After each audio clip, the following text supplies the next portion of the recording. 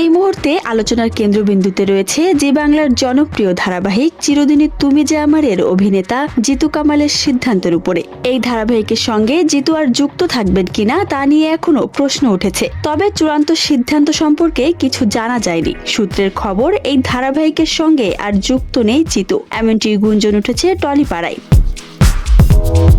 তার অন্যতম কারণ নায়িকা দিতিপ্রিয়া রায়ের সঙ্গে মনোমালিন্য। সরাসরি কিছু না বললেও এসবিএফ প্রযোজনা সংস্থার সঙ্গে বৈঠকের দিন সামাজিক যোগাযোগ মাধ্যমে জিতু একটি ইঙ্গিতবাহী পোস্ট করেন, যার সারমর্ম মৃত্যুর চেয়েও ভয়ঙ্কর বদনাম।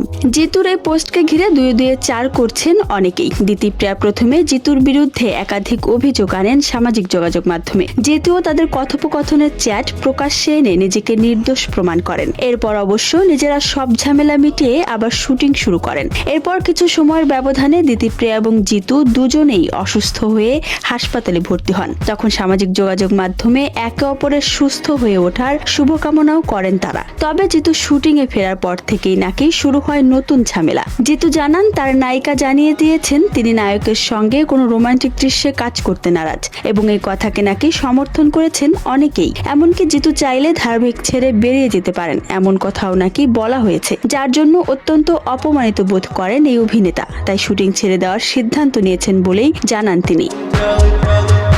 শোনা গিয়েছে এরপর এসবিএফ সংস্থার সঙ্গে বৈঠক হয়েছে এই নায়ক নায়িকাকে ঘিরে। বৈঠকের মাঝপথ থেকেই বেরিয়ে আসেন জিতু। তাতে প্রযোজনা সংস্থাও বিরক্ত হয় এবং জিতু নাকি সেই সময়ে ধারাবাহিক ছেড়ে দেওয়ার সিদ্ধান্ত নেন। যদিও এ বিষয়ে মুখ খুলেননি তারা কেউ। তবে জিতু বারবার বলেছেন অকারণে তিনি বদনামের ভাগীদার হবেন না। এমন পরিস্থিতিতে আন্তর্জাতিক পুরুষ দিবসে জিতুর একটি পোস্ট সেই বার্তাকেই যেন উস্কে দিল। জিতুর পোস্টে লেখা, কান্না পেলে সেও কাঁদে, ব্যথায় তার কষ্ট হয়, সমাজ যতই বুঝুক না ভুল, পুরুষ মানেই নষ্ট নয়। এই পোস্ট করে জিতু লিখেছেন, হ্যাপি হিউম্যানস ডে। পুরুষ দিবসের শুভেচ্ছা জানাতে ম্যান নয় হিউম্যান শব্দটি ব্যবহার করেছেন তিনি। অর্থাৎ তিনি যেন নারী পুরুষের বিভেদ ভুলে শুধু মানুষ হয়ে ওঠার বার্তা দিলেন। টলিউডের একাংশ মনে করছেন এর ফলে সবচেয়ে বেশি ক্ষতি হলো এই ধারাবাহিকের। বেঙ্গল টপার হওয়ার পাশাপাশি টিআরপি তালিকাতে প্রত্যেক সপ্তাহে ভালো জায়গা করে নেয় এই সিরিয়ালটি। তবে এই বিতর্কের পর সামাজিক মাধ্যমে দিতিপ্রিয়াকে নানা কটাক্ষের শিকারও হতে হয়েছে। এমনকি দিতিপ্রিয়াকে বয়কট করার ডাক দিয়েছেন জিতুর অনুরাগীরা। তবে কি হতে চলেছে এই ধারাবাহিকের ভবিষ্যৎ, সেটিই এখন দেখার।